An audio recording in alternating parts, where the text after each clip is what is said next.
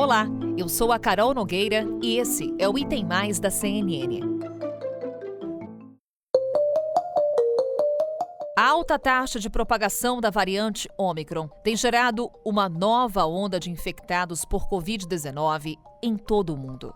Agora, pela segunda vez, apenas nesta semana, o mundo registrou o recorde de casos diários de Covid. Foram cerca de 3.670.000 infecções em 24 horas. Os dados foram contabilizados pela plataforma de monitoramento da pandemia Our World in Data, ligada à Universidade de Oxford. O recorde anterior era de pouco mais de 3 milhões na terça-feira. A disparada na quantidade de testes positivos se deve à disseminação muito rápida dessa variante Ômicron, considerada muito mais transmissível de acordo com especialistas. Ela deve se tornar a cepa dominante em vários países já nas próximas semanas, segundo a Organização Mundial da Saúde. Uma consequência do aumento de casos é a sobrecarga dos serviços de saúde. No Brasil, um levantamento recente da Fiocruz apontou que 8 estados e 10 capitais já têm entre 60% e 80% dos leitos de UTI para pacientes com Covid-19 ocupados. O aumento na busca por atendimento médico ocorre num momento delicado. Não bastasse a Covid-19, houve uma alta também dos casos de gripe. É sobrecarga nos hospitais e enfermarias, que recai nos profissionais da saúde. Eu conversei mais cedo com o secretário de Saúde aqui de São Paulo, da capital paulista, Edson Aparecido. Ele falou comigo hoje e anunciou que a prefeitura deu aval à contratação emergencial de equipes médicas, porque as equipes médicas, gente, estão sofrendo baixas em diversas unidades de atendimento aqui da capital e em todo o país. Os médicos estão adoecendo. Um levantamento da CNN aponta que desde dezembro, pelo menos 16 mil servidores públicos da saúde foram afastados em 7 redes estaduais, 13 municipais e no Distrito Federal devido ao coronavírus ou ao vírus influenza. O Rio de Janeiro foi o estado mais afetado pelas baixas. Cerca de 20% dos profissionais da área pública da saúde foram afastados. Só na capital foram 5 mil funcionários. O estado suspendeu as cirurgias eletivas a partir desta semana. A situação não é exclusividade do Brasil. No Reino Unido, o governo informou à rede privada sobre a possibilidade de acionamento diante do risco iminente de insuficiência no serviço público. 1 em cada 8 hospitais da Inglaterra decretou situação crítica. E essa situação é especialmente grave aqui em Londres, na capital britânica, onde atualmente há cerca de 4 mil pessoas internadas com Covid-19. Só para a gente ter uma ideia, no começo do mês passado, havia 1.100 pessoas internadas com Covid-19. Portanto, foi um aumento muito grande e isso somado à falta de funcionários nesses hospitais. O Exército enviou 40 médicos e outros 160 militares para ajudarem em funções gerais nesses hospitais, para ajudar esses hospitais a continuarem funcionando enquanto esses funcionários permanecem afastados. Estados Unidos, Espanha e Itália são alguns dos países que já adotaram medidas emergenciais para tentar contornar o problema da falta de médicos e enfermeiros.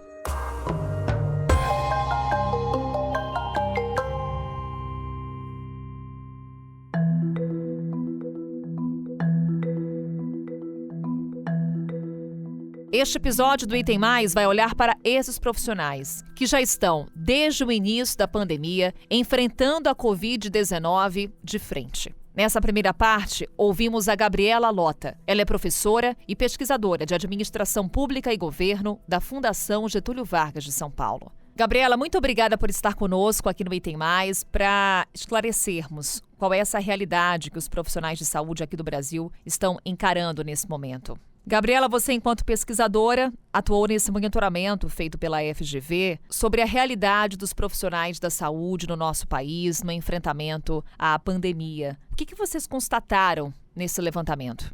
Bom, primeiro, obrigada pela oportunidade de falar sobre esse tema aqui. Nós temos monitorado a situação dos profissionais de saúde desde maio de 2020 e foram 5 rodadas em maio de 2020, julho de 2020, outubro de 2020 e ano passado em março e julho, em que nós monitoramos como é que os profissionais estão vivenciando a pandemia, né? E a situação deles, desde o começo, tem sido muito ruim. Nós esperávamos uma melhora ao longo do tempo, mas não é o que a gente tem encontrado, né? Então, nós temos profissionais muito amedrontados, mais de 80% dos profissionais escutados nesse processo têm medo de trabalhar na pandemia. Nós temos profissionais que se sentem despreparados, mesmo com quase 2 anos trabalhando na linha de frente, eles continuam se sentindo despreparados. Nós temos profissionais que não têm tido acesso a recursos, então uma baixíssima taxa de profissionais receberam testagem e máscaras, o que parece um absurdo, mas é a realidade, né? Na verdade, os profissionais estão comprando a sua máscara em grande parte dos serviços públicos, e tudo isso faz com que essa linha de frente, que deveria ter capacidade de cuidar da população em um momento tão crítico, esteja muito exposta a uma série de dificuldades, não só de contágio da doença, mas também questões de saúde mental que vêm com esse cenário tão ruim, né? Gabriela, na sua resposta, você fala em falta de equipamentos de proteção individual para os profissionais da saúde, também falta de testagem. Quais são as outras dificuldades que esses profissionais enfrentam no combate à pandemia de Covid-19? E outras questões também que surgem, Gabriela. Essas dificuldades variam conforme a função desse profissional? Há diferenças entre as dificuldades encontradas na rede pública e aquelas que se revelam na rede privada? Primeiro, em relação aos profissionais, a gente tem que pensar que a hierarquia profissional, ela na verdade reflete um conjunto de outras desigualdades, né? Então, quando nós estamos falando de profissionais da enfermagem, nós estamos falando de uma maioria que são mulheres, nós estamos falando de pessoas que têm menos qualificação e remuneração mais baixa do que, por exemplo, médicos, e que são profissionais que vão ter que lidar com um conjunto de questões relativas a essas desigualdades. Então, tem as crianças em casa, e essas mulheres têm que deixar seus filhos em casa no meio de uma pandemia em que não tem escola, elas têm salários menores, então elas têm que acumular segunda, às vezes terceira jornada de trabalho, e tudo isso deixa essas profissionais muito mais cansadas, muito mais expostas à crise que nós estamos vivendo do que outros tipos de profissional. Além disso, esses profissionais, especialmente profissionais da enfermagem, eles têm um contato com o paciente que é muito mais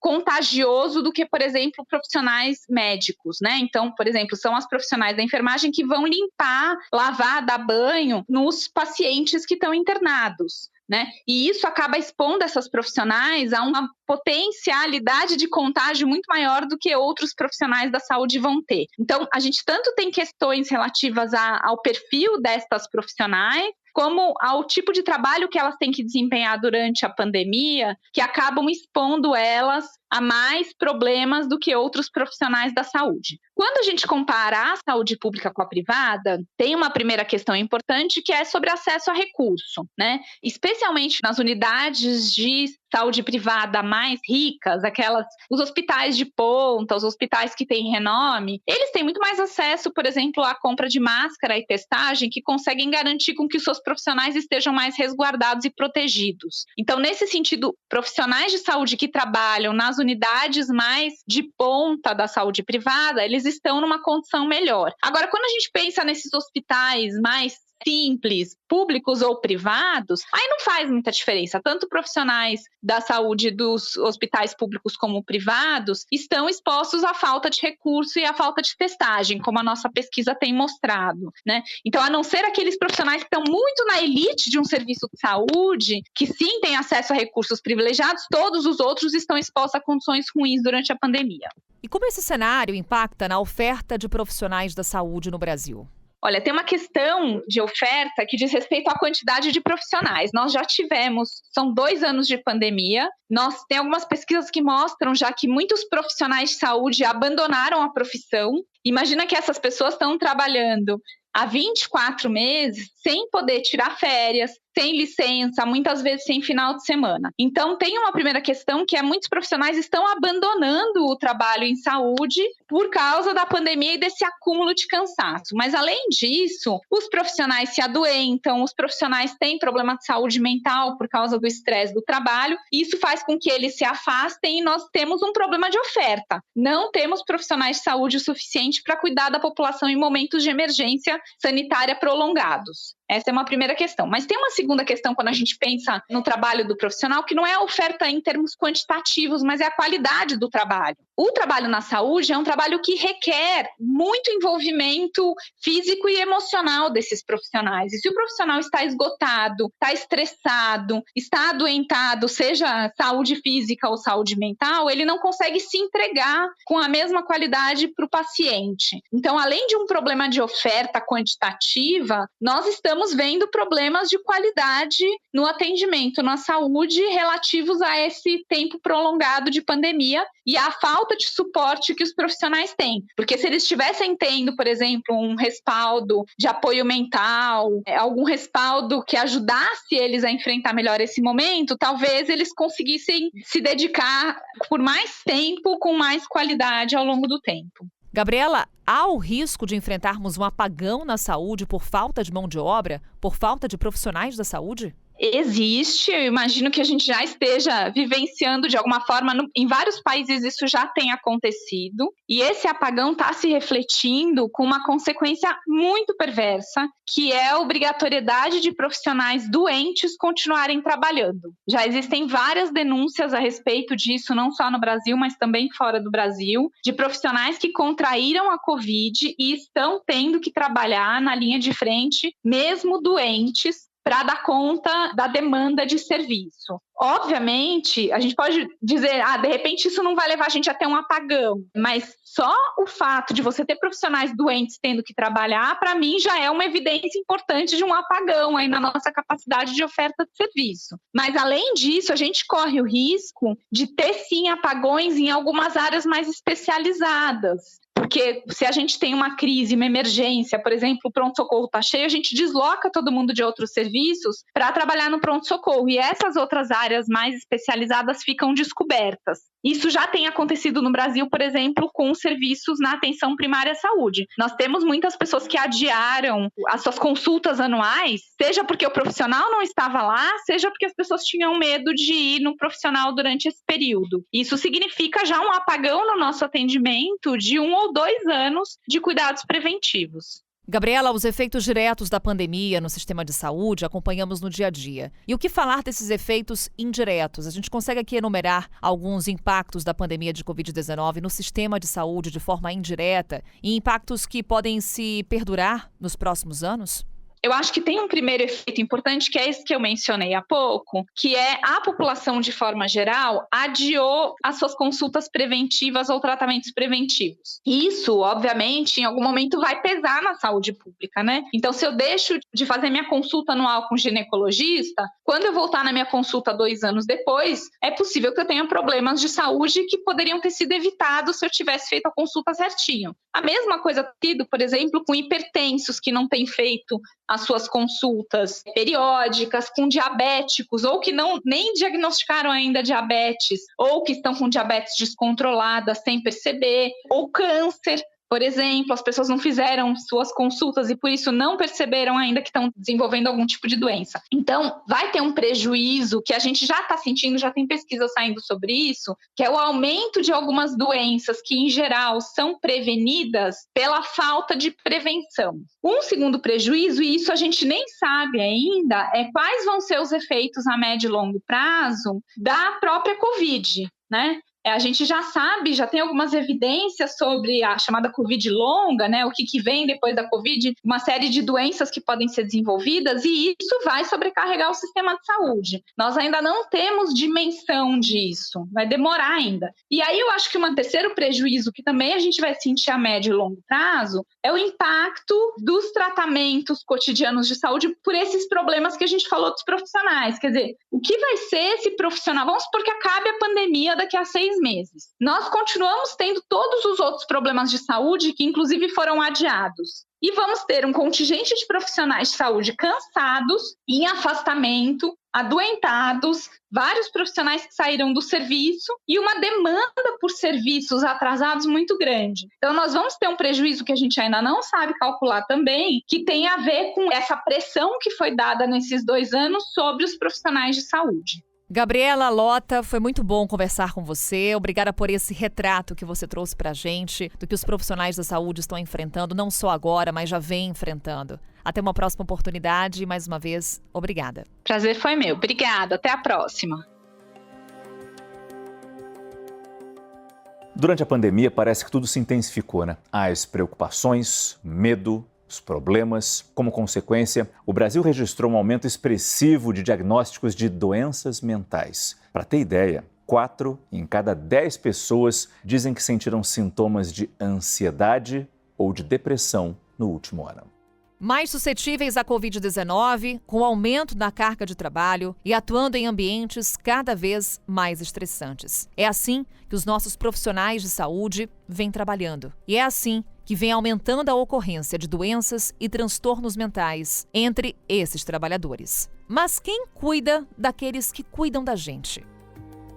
É com essa pergunta em mente que partimos agora para uma conversa com o Elian Nunes de Oliveira. Ele é psiquiatra, professor da Universidade Federal de Minas Gerais e um dos idealizadores do projeto Telepan Saúde. É um projeto de teleatendimento voltado a profissionais da saúde que atuam na linha de frente da pandemia. Doutor Elian, muito obrigada por estar conosco aqui no Item Mais, trazendo relato de quem está na linha de frente do combate ao novo coronavírus. Bem-vindo. Oi, Carol. Boa tarde. É um prazer estar com vocês. Espero trazer alguma informação que possa ajudar a vocês, aos colegas que estão nos ouvindo, mas também aos trabalhadores que estão na linha de frente da pandemia.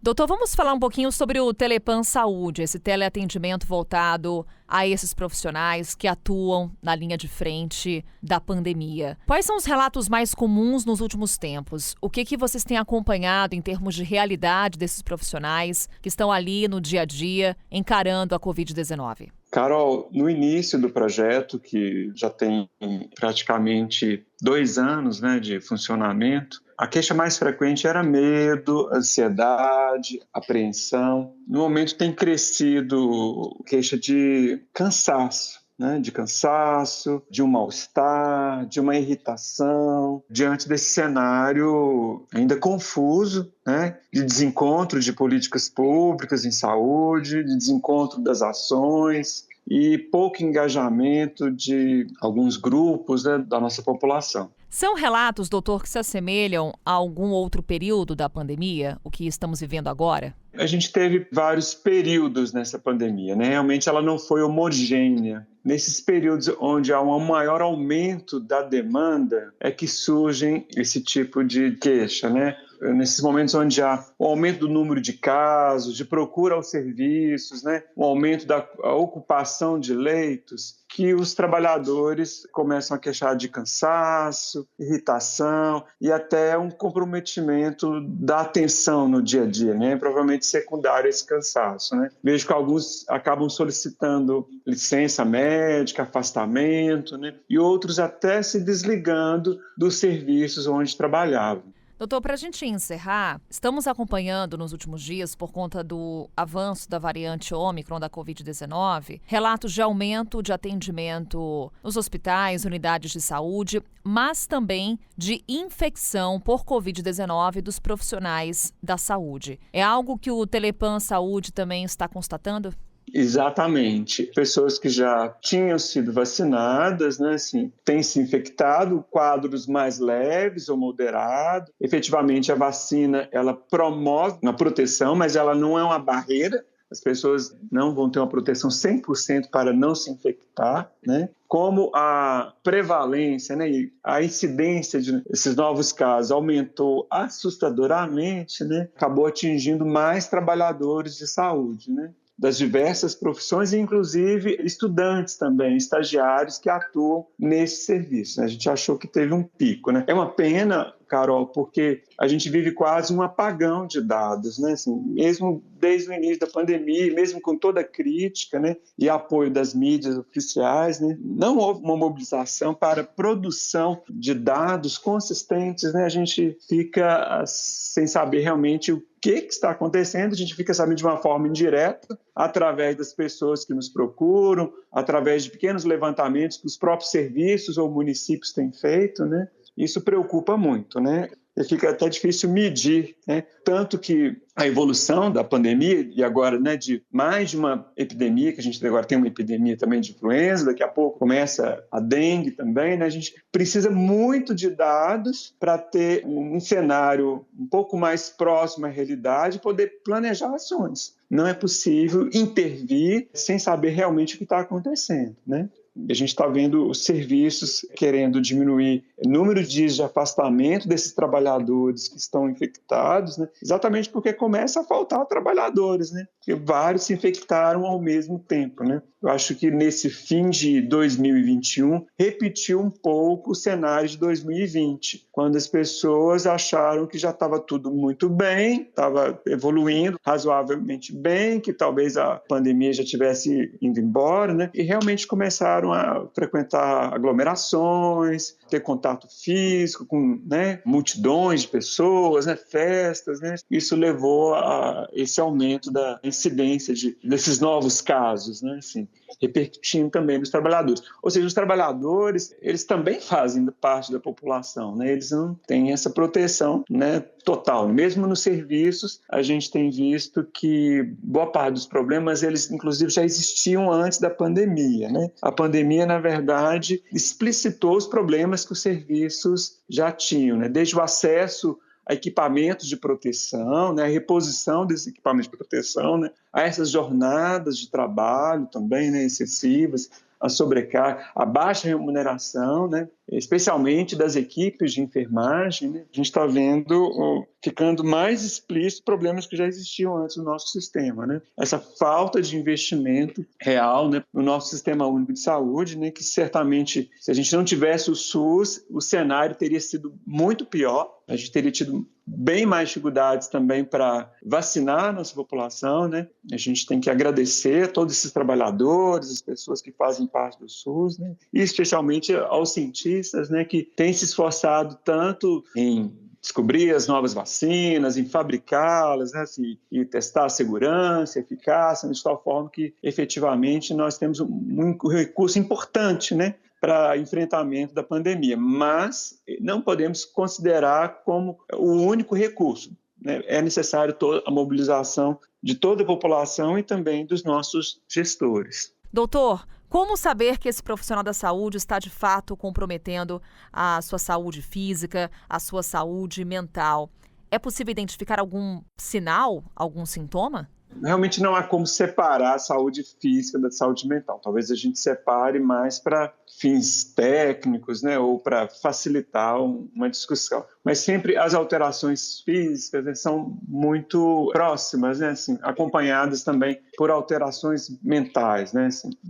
Eu acho que o que chama mais atenção nessas queixas, né, é a irritabilidade, que é uma irritabilidade que muitas vezes vem acompanhada de erros no trabalho, de desatenção, são padrões de comportamento que os colegas normalmente não estão acostumados, né? Que surgem, pelo menos nos relatos da literatura e pelo que a gente já conhece quanto a cuidados de trabalhadores da saúde, exatamente nessas situações de maior sobrecarga, né? Onde eles começam a perder uma autonomia em relação ao próprio manejo da demanda que está chegando a eles, né? A partir do momento que a demanda aumenta demais e não tem outras pessoas para dividirem essa demanda, não há um preparo prévio, né, dos serviços para lidar com esse aumento da demanda, toda essa sobrecarga realmente recai nos trabalhadores da saúde. Não só enfermeiros, médicos, fisioterapeutas, demais profissionais da saúde, mas também os trabalhadores em geral. O agente comunitário em saúde, o recepcionista, o motorista, as pessoas que trabalham nas portarias desse serviço, né? É uma repercussão em relação a todos os trabalhadores, né, nesse sentido, né, da saúde. Há alguma alternativa, doutor Elian, para auxiliar esse profissional, para que ele não comprometa a sua própria saúde? O ideal é que a gente tivesse um maior planejamento dos serviços, né? Que eles já tivessem algum cálculo, né? Algum plano prevendo que essas situações poderiam ocorrer e pudessem acessar recursos extras. Mas, por outro lado, cabe pensar que nem sempre a gente vai ter recursos infinitos, né? Tem um limite realmente até para os nossos recursos técnicos disponíveis em saúde. Eu acho que é necessário que todas as esferas, né, governamentais, municipais, estaduais, federais, se mobilizem mais no sentido de se organizar no enfrentamento da pandemia, né? Efetivamente, não há mais lugar para negacionismo. É necessário uma maior harmonia, né, entre as diversas ações. É necessário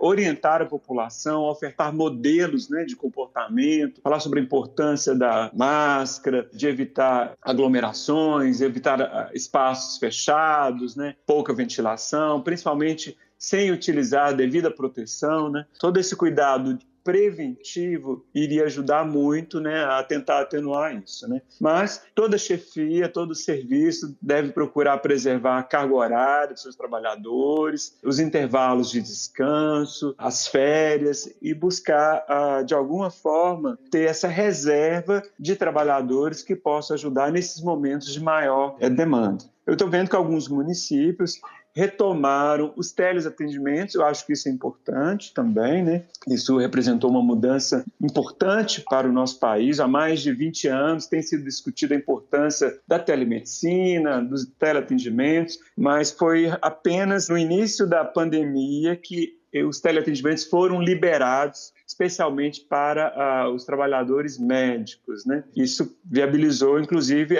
esses teleatendimentos durante a pandemia, que, na verdade, podem ser muito adequados para atender casos leves, né, ou até moderados, e evitar esse excesso de fluxo para as unidades de linha de frente, ou da atenção primária ou hospitalares, né? Assim, esses teleatendimentos têm essa função muito importante, né? Além de possibilitar um monitoramento das pessoas que estão infectadas, né? E até uma detecção precoce dos casos que estão se agravando e o devido encaminhamento para um atendimento mais intensivo, né? Evitando um agravamento e até o falecimento dos pacientes, né? Então, acho que é uma boa medida, né? E a população geral, eu acho que tem que fazer esse esforço de prevenção, né? Lembrar que o excesso de demanda não vai dificultar não apenas somente o atendimento das pessoas que estão com Covid ou com influenza, mas pode repercutir, inclusive, na atenção de outros problemas de saúde